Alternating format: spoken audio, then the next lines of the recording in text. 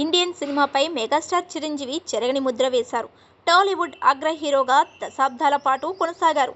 Telugu cinema చరిత్రలో Chiranjeevi trend సెట్టర్గా ఉన్నారు. ఆయన పేరిట అనేక రికార్డులు ఉన్నాయి. అలాంటి చిరంజీవి వారసుడిగా ఎంట్రీ ఇవ్వటం సాధారణ విషయం కాదు. చెప్పాలంటే రామ్ చరణ్ పెద్ద బాధ్యతను తలెత్తుకున్నాడు. ఎందుకంటే చిరంజీవితో అన్ని విషయాల్లో ఆడియన్స్ పోల్చి చూస్తారు. అలాగే సక్సెస్ రాకపోయినా చిరంజీవి ఇమేజ్ సైతం డ్యామేజ్ అవుతుంది.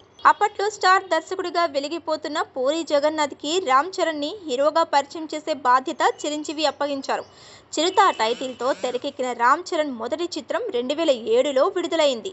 డాన్సులు, మేనరిజంలో తండ్రిని మురిపించిన రామ్ చరణ్ ఆడియన్స్ని ఇంప్రెస్ చేశాడు. చిరుత ఓ మోస్తరు విజయం అందుకుంది. ఈ చిత్రానికి అశ్విని దత్ నిర్మాత కాగా రామ్ చరణ్ చిరుత చిత్రానికి రెమ్యునరేషన్గా 50 లక్షలు తీసుకున్నాడని సమాచారం. ఒక డెబ్యూ హీరోకి అది చాలా పెద్ద మొత్తం. కానీ చిరంజీవి వారసుడు కావటంతో విపరీతమైన హైప్ ఏర్పడింది. సినిమాకు మార్కెట్ జరిగింది. దాని వలన అశ్విని దత్ భారీ రెమ్యునరేషన్ ఇచ్చారు. ఓ సందర్భంలో తన మొదటి సంపాదన ఎవరికి ఇచ్చాడో రామ్ చరణ్ తెలియచేశారు. నిర్మాత అశ్విని దత్ నాకు కాల్ చేశారు.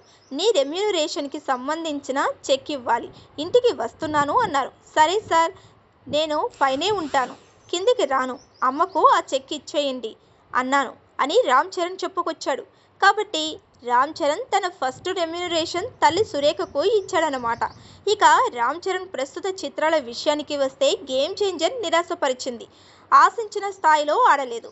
తన 16వ చిత్రం ఉప్పెన ఫేమ్ బుచ్చిబాబుతో చేస్తున్నాడు. ఈ మూవీలో జాన్వీ కపూర్ హీరోయిన్గా నటిస్తుంది. ఏఆర్ రెహమాన్ సంగీతం అందిస్తున్నాడు. అనంతరం దర్శకుడు సుకుమార్తో మూవీకి కమిట్ అయ్యాడు.